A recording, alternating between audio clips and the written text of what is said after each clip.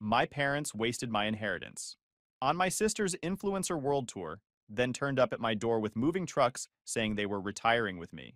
When they found out I'd already sold the house and moved weeks earlier, their shock was almost worth what they stole. Hey Reddit, buckle up because this one is going to be a long ride. I've been sitting on this story for about 3 months now, and I finally feel like I can share it without my blood pressure going through the roof.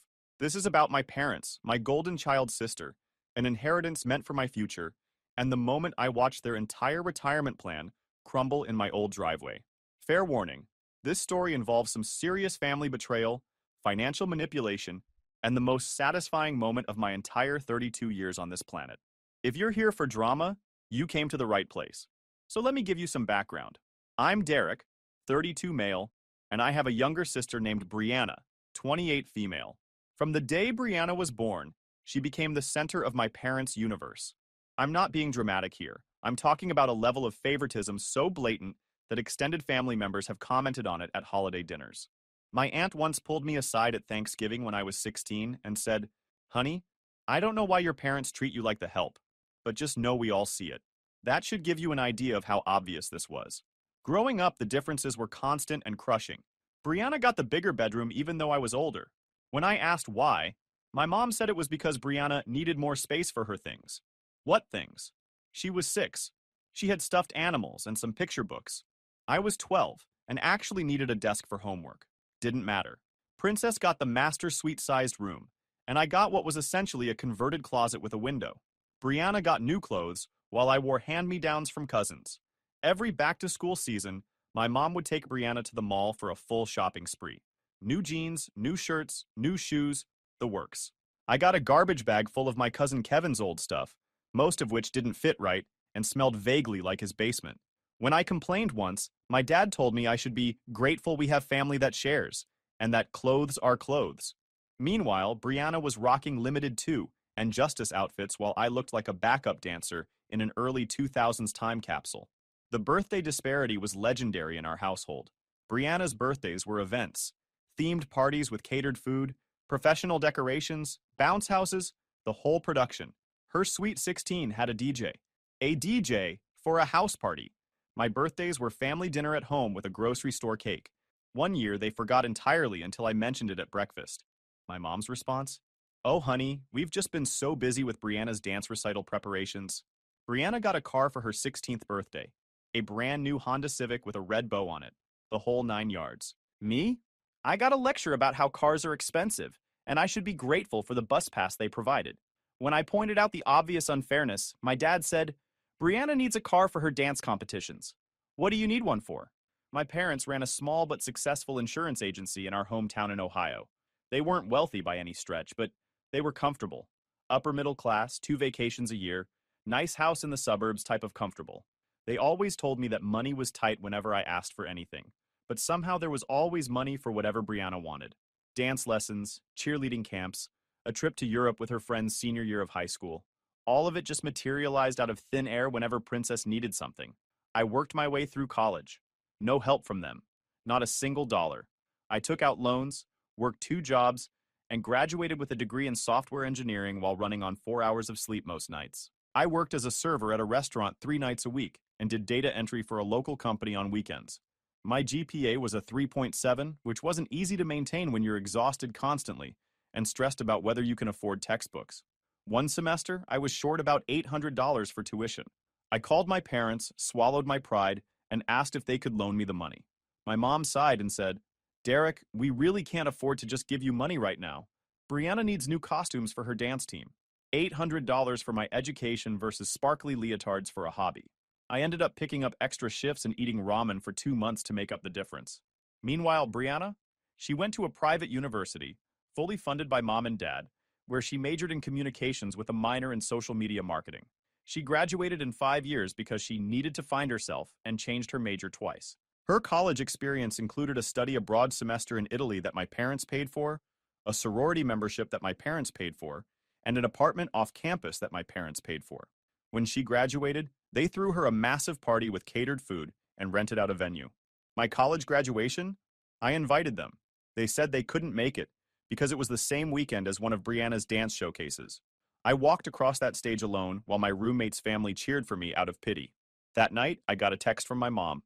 Congrats, sweetie. Sorry we couldn't be there. Brianna was amazing today. Here's where the inheritance comes in.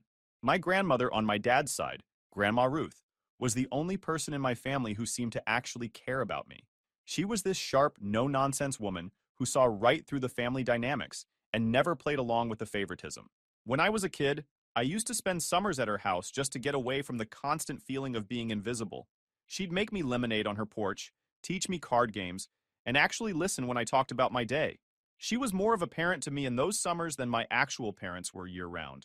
Grandma Ruth saw how my parents treated me. She called them out on it multiple times, which always led to awkward family dinners and cold shoulders.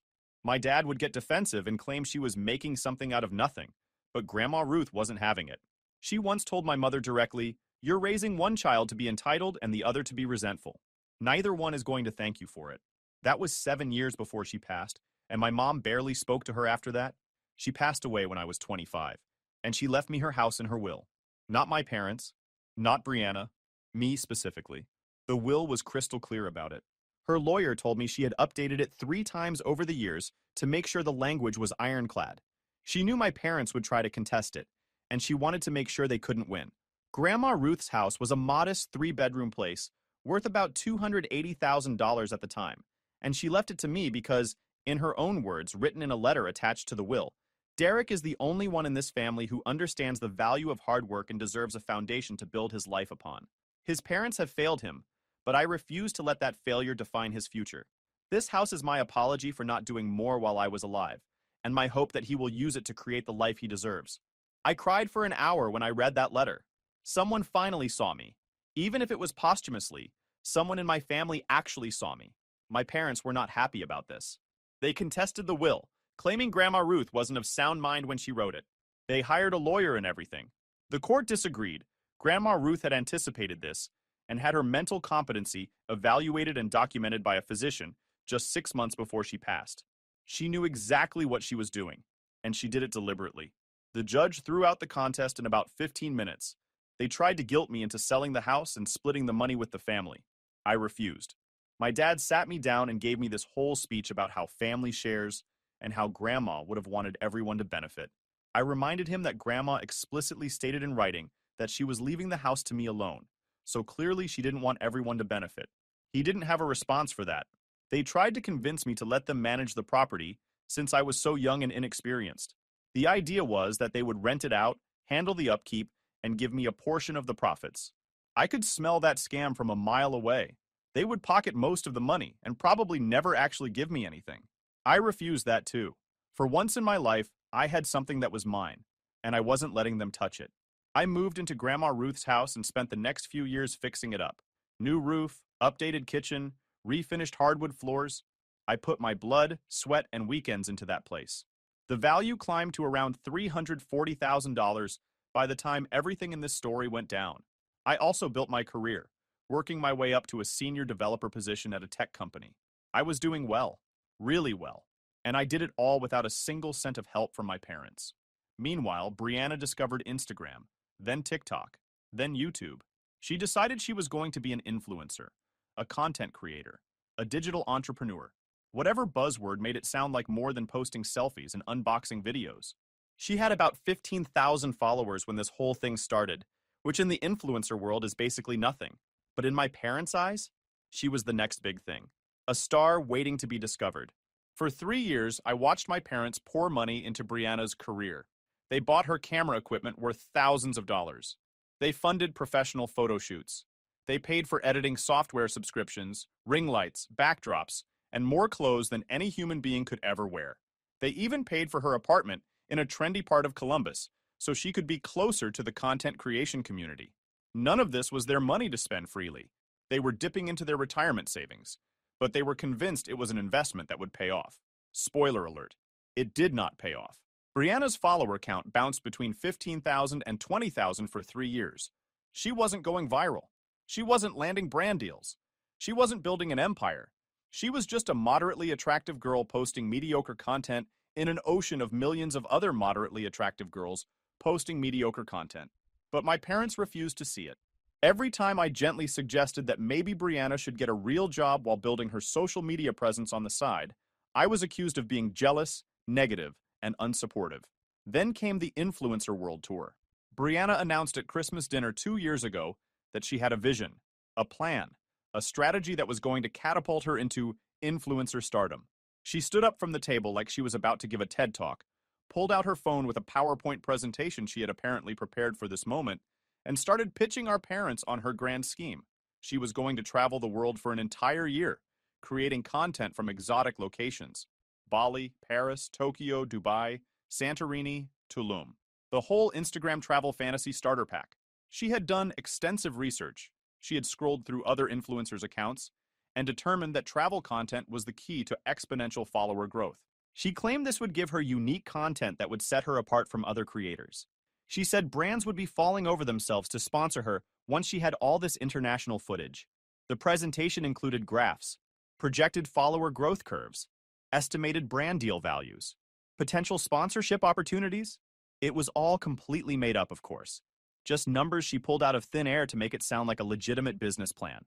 But my parents ate it up like it was a pitch from a Silicon Valley startup. The cost? Approximately $120,000 for the full year.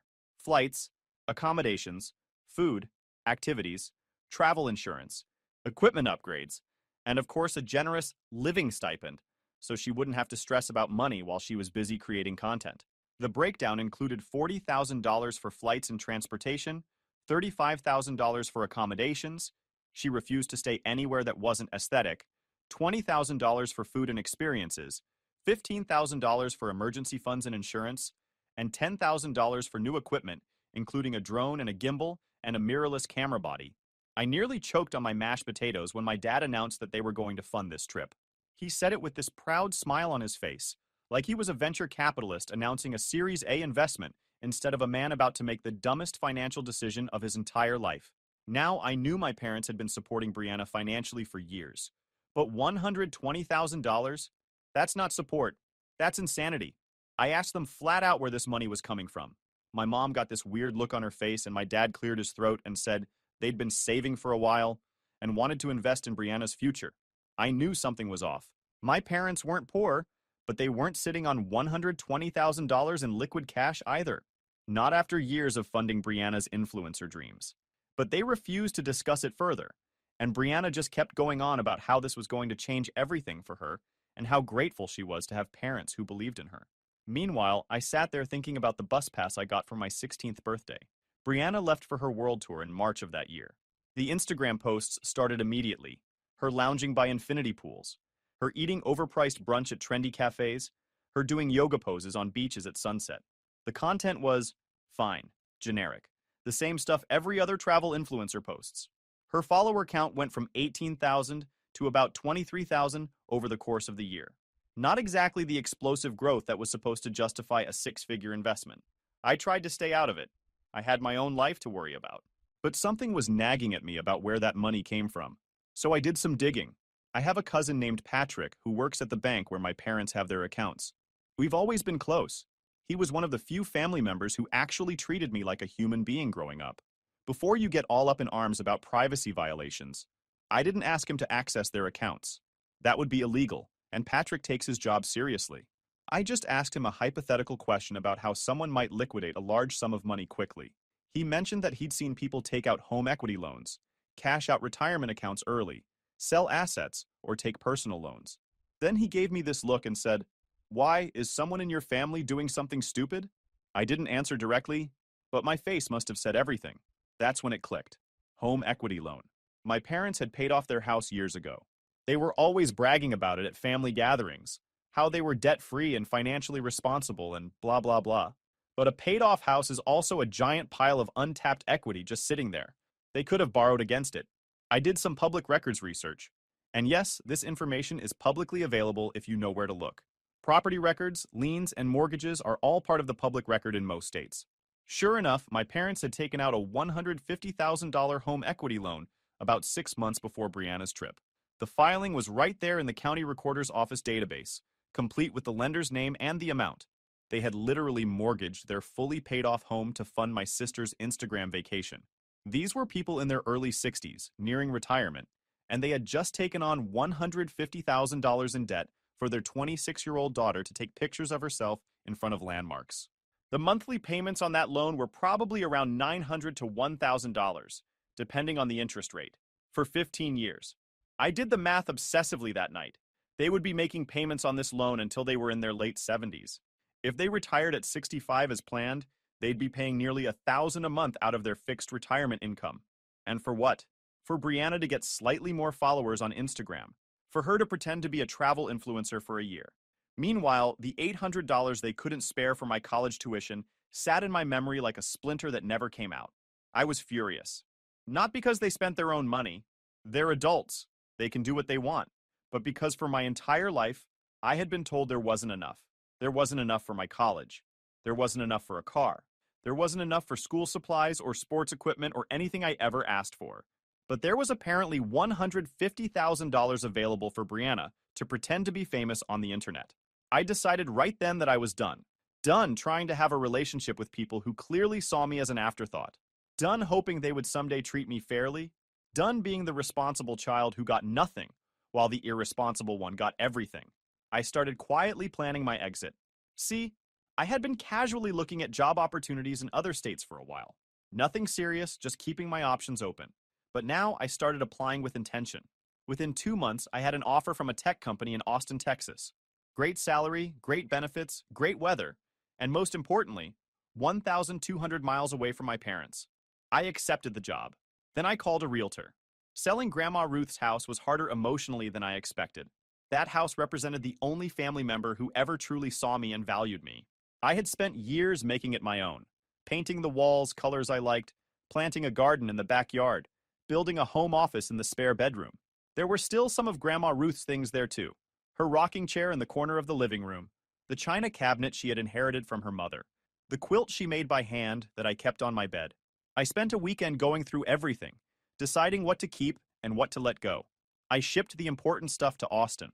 The quilt, some photo albums, her recipe box full of handwritten cards, a few pieces of jewelry she had left me separately from the house.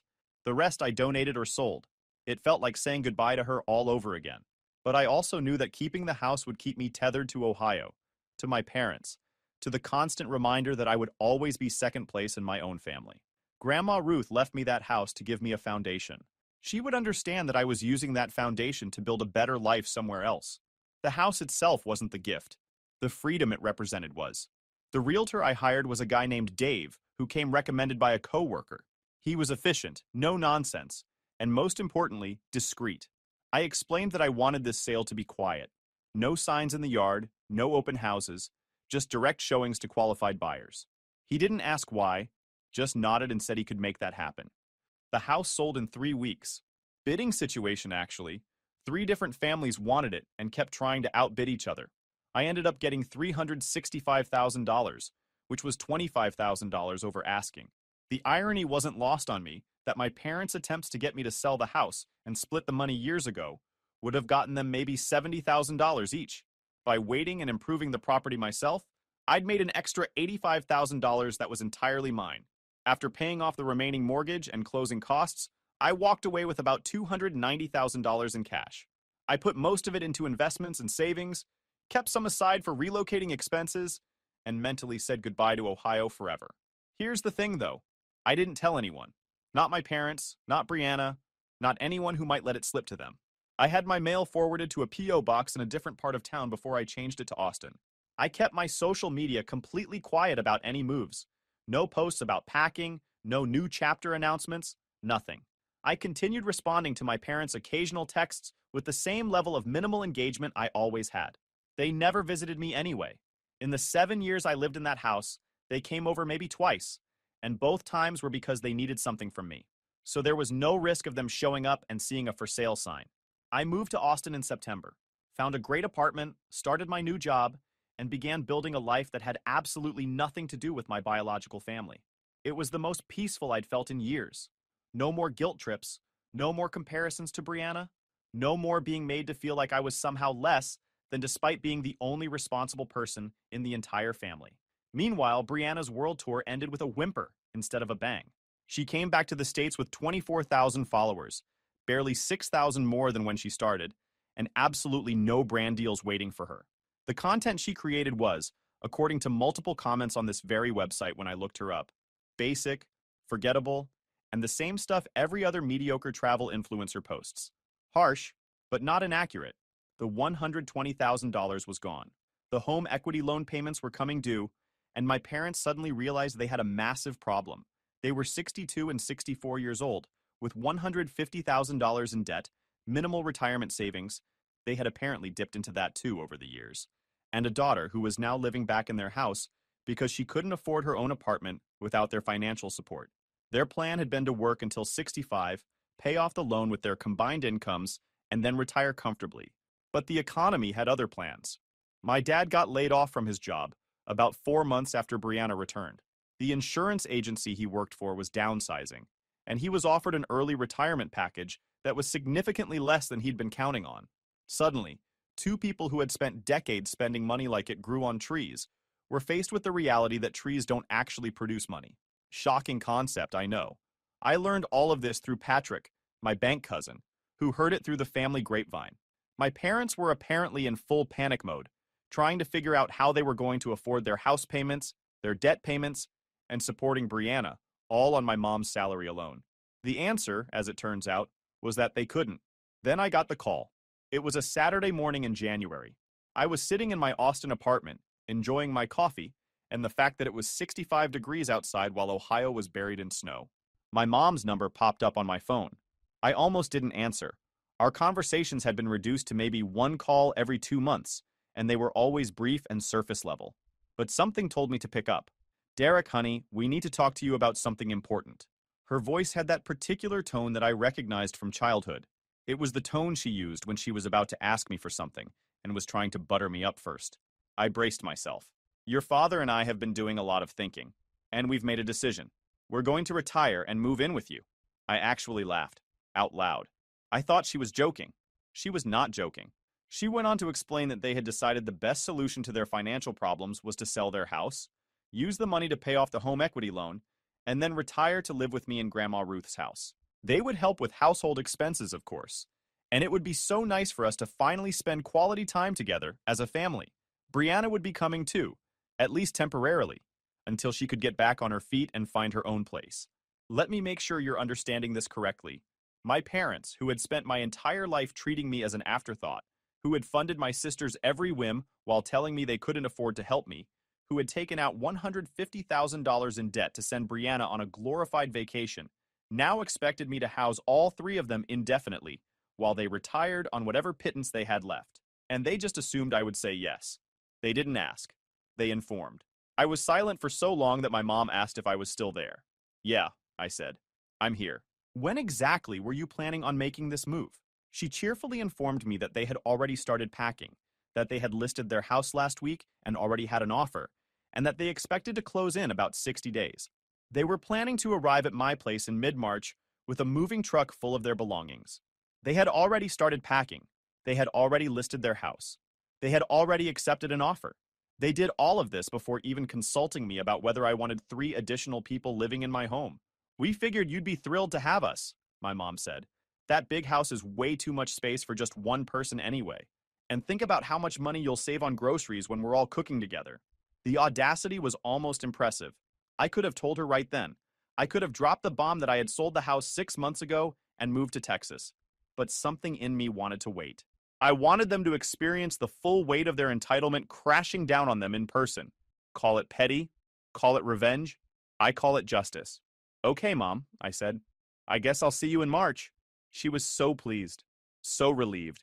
She went on for another 10 minutes about how she knew I would come through for the family and how this was going to be such a great opportunity for all of us to reconnect, and how Brianna was really looking forward to spending time with her big brother. I made appropriate, agreeable noises while mentally choreographing the moment they would pull up to a house I no longer owned. The next 2 months were interesting. My parents called more often than they had in years, suddenly very interested in my life and my opinions. They asked about my job, my hobbies, my weekend plans.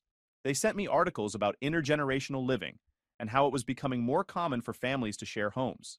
They were laying the groundwork for their invasion with all the subtlety of a sledgehammer. I played along. I asked questions about their moving plans. I offered suggestions about what they should bring versus what they should sell. I even said I was excited to see them. Every conversation was an acting performance worthy of an Oscar. Brianna texted me too, which was notable because she typically only contacted me when she wanted something. She sent me links to Austin influencer events and asked if I could get her connected with the local content creator scene. She talked about how she was going to use this fresh start to reinvent her brand and really focus on her career. She even suggested that I could be in some of her videos. You're actually pretty good looking for a tech nerd. I could make you like a side character thing. I said I'd think about it. Mid-March arrived. I got a text from my dad saying they were about 12 hours out and would probably arrive the next morning. They were driving a massive moving truck with Brianna following in her car, which my parents had been making payments on for her. I told him to have a safe drive and that I'd see them tomorrow. Then I went about my day in Austin. Got coffee at my favorite local spot. Went for a run along the river. Made dinner at my apartment. Slept 8 peaceful hours. The next morning, I woke up to 17 missed calls and about 40 text messages. It started with confusion. Derek, we're at the house, but there's a different name on the mailbox? Derek, call us back. Something weird is going on. Son, there are strangers living in your house. What is happening? Then came the panic. Derek, call us immediately. Where are you? Why is there a family living in Ruth's house? Did something happen? Are you okay? Then the anger. Derek Michael, you need to explain yourself right now. We drove 16 hours and the house is sold? Your sister is crying? Are you happy now? I let them stew for about 3 hours before I called back. I wanted them to experience every emotion in that driveway. The confusion, the realization, the embarrassment of having to explain to a stranger why they were standing on their lawn with a moving truck full of furniture and nowhere to put it. When I finally called, my dad answered on the first ring. Derek, what is going on? His voice was shaking with a combination of rage and panic that I had never heard before. In the background, I could hear my mom talking frantically to someone, probably the current homeowners, trying to figure out why 3 people and a moving truck were refusing to leave their property. Hey, Dad, I see you made it to Ohio. Ohio? We're at your house. Except it's not your house anymore, apparently. There's a family here who says they bought this place 6 months ago. They have 2 kids and a dog, and they're very confused about why we're parked in their driveway. Yeah, that sounds about right. I sold the house in August, moved to Texas. Silence. Complete, beautiful silence. For about 10 seconds, the only sound was Brianna's muffled crying in the background, and what sounded like the new homeowner's dog barking. What? I sold Grandma Ruth's house, moved to Austin, Texas, got a new job, new apartment, new life. It's pretty great, actually. Weather's been amazing. I went kayaking last weekend. My mom grabbed the phone. I could hear Brianna wailing in the background, full-on breakdown mode. Derek, this isn't funny. This is not funny at all. Where are we supposed to go? We sold our house. We have nowhere to live. We have a truck full of furniture and no place to put it. That sounds like a problem you should have considered before assuming you could move into my house without asking me. Also, without considering that I might have my own plans for my own property. You know, the property that Grandma Ruth left to me specifically because she knew you would try to take advantage of me. But we're your family. Family takes care of each other. Funny. I don't remember feeling much like part of the family when I was riding the bus while Brianna got a brand new car. Or when I was working 2 jobs to pay for college while you funded her degree. Or when you spent $120,000 on her vacation while telling me my whole life that money was tight. Or when you couldn't spare $800 to help me with tuition, but you could find $150,000 to mortgage your house for Instagram content. Where was this family energy then? My dad took the phone back. Son, that's not fair. We always did the best we could for both of you. You took out $150,000 in debt to send Brianna on an Instagram trip. You never gave me a single dollar for anything. That's not doing the best you could for both of us. That's having a favorite and pretending you don't. There was more arguing, more excuses, more attempts to guilt me into somehow solving this problem I didn't create. My mom cried. Brianna apparently had a full meltdown in the car. My dad tried the stern father voice that stopped working on me approximately 15 years ago. I let them talk themselves out. Then I said my piece. Here's what's going to happen. You're going to figure out your own living situation. Maybe you can use what's left from selling your house to rent an apartment. Maybe Brianna can actually get a real job and contribute for once in her life. Maybe you can all finally learn that actions have consequences, and you can't just expect other people to clean up your messes. But none of that is my problem anymore. Derek, please. We're your parents. Doesn't that mean anything to you? It means you had 32 years to treat me like your son instead of your backup plan. You chose not to. Now I'm choosing not to be your retirement plan. It's not personal, Mom. It's just math. You invested everything in Brianna. I'm not giving you returns on an investment you never made in me. I hung up. They tried calling back about 50 more times over the next few days. I didn't answer. They left voicemails ranging from apologetic to furious to desperate. Brianna sent me a text that just said, "I always knew you were jealous of me. This proves it." Which honestly just proved that she learned nothing and probably never will. Through Patrick, I learned that they ended up staying in a motel for a week while they figured out what to do. Apparently, the moving truck company charged them extra fees for every day they kept the truck past the return date, and they had to put most of their furniture in a storage unit because they had nowhere to put it. The storage unit cost them $200 a month, just another expense they hadn't planned for. They eventually rented a small apartment about an hour from their old house. 2 bedrooms, 1 bathroom, in a complex that looked like it hadn't been updated since the Reagan administration. My dad found a part-time job at a retail store, working the evening shift stocking shelves. My mom kept her job but had to pick up extra hours. Brianna finally got work as a receptionist at a dentist's office, although apparently she complains about it constantly because she has to actually wake up early and deal with people who are always in bad moods because they're at the dentist. The home equity loan is still hanging over their heads. They'll be paying it off for years. The influencer dream is effectively dead, although Brianna apparently still posts occasionally to her 22,000 remaining followers.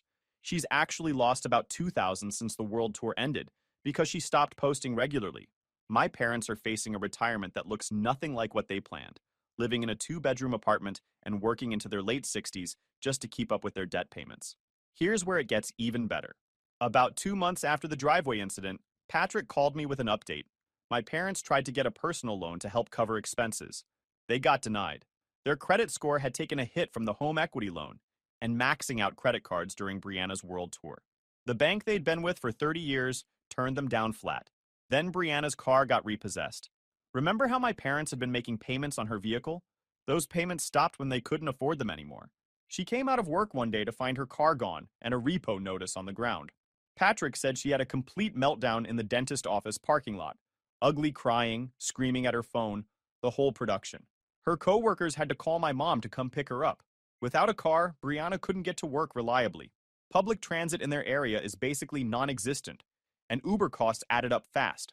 She lasted about 3 more weeks at the dentist office before they let her go for attendance issues. So now she's unemployed again, living in her parents' cramped apartment, with no car and no income. My dad's part-time retail job cut his hours last month. He's down to maybe 15 hours a week, which barely covers anything. My mom picked up a weekend shift to compensate, so now she's working 6 days a week at 63 years old. The storage unit where they put all their furniture? They fell behind on payments. Got a notice that if they didn't pay the balance within 30 days, everything would be auctioned off. They had to sell most of the furniture themselves at a steep loss just to avoid the auction fees. All those antiques my mom spent decades collecting. The dining set that had been in the family for generations. Gone. Sold to strangers for pennies on the dollar. Patrick told me my dad cried when they sold Grandma Ruth's old china cabinet, the one that had been in the family for 4 generations. The irony wasn't lost on me. They fought to keep me from inheriting Grandma's house, but they couldn't even hold on to her china cabinet. Meanwhile, I got a promotion at work, senior developer to lead developer, with a team of 6 reporting to me. 20% raise. I used part of my bonus to put a down payment on a condo in a great neighborhood. 2 bedrooms, updated kitchen, a balcony with a view of the city skyline. I also started dating a woman named Sarah, who works in marketing at a tech company downtown. We met at a friend's barbecue, hit it off, and have been together for about 4 months now. She knows the whole story about my family. Her response was simple. Sounds like you made the right call. Some people only learn when they face consequences. 2 weeks ago, I got an interesting piece of mail forwarded from my old P.O. box. A letter from my mother. Handwritten, 6 pages long. She apologized for everything. The favoritism, the neglect, the way they treated me my whole life. She admitted they had made Brianna the center of their world and left me on the outside. The last page was a request. They wanted to know if I would consider helping them refinance their home equity loan. They were drowning in the payments and thought maybe if I co-signed, they could get better terms. She promised they would pay me back. I thought about it for exactly 0 seconds. I wrote back a short note. I'm glad you've had time to reflect. I hope things improve for you. I won't be co-signing anything or providing financial assistance. Best of luck. Mailed it the next day. Haven't heard from them since. Last week I checked Brianna's Instagram. Her follower count is down to 19,000 now. Her last post was 3 weeks ago. A picture of a sunset with a caption about trusting the journey. Her world tour content is completely gone. Deleted every single post from that year-long $120,000 trip. All that money, all that investment, erased like it never happened. I took a screenshot of her profile and sent it to Patrick with a message. Guess the ROI on that trip wasn't what they expected. He replied with a single skull emoji. I actually laughed out loud. So that's where things stand now. I'm in Austin, thriving. New job, new condo, new relationship, new life. My investments from the house sale are doing well. I've got a solid emergency fund, a growing retirement account, and zero debt. I go kayaking on the weekends. I joined a volleyball league. My parents are in Ohio, struggling, working into their late 60s to pay off debt they took on for their favorite child, who is now unemployed and carless, and living in their spare bedroom. The retirement they planned for doesn't exist. I don't wake up thinking about them anymore. I don't check my phone hoping they'll finally say the right thing. I made my decision, I executed it cleanly, and I moved on with my life. That's the whole story, Reddit. My parents blew my sister's inheritance on Instagram content, showed up expecting to retire in my house, and found out I had already sold it and moved 1,000 miles away. Guys, we are so close to hit 100,000 subscribers on this channel. If you are not subscribed to the channel, please consider subscribing. It really helps hit that 100,000 mark. Thanks for making this dream come true.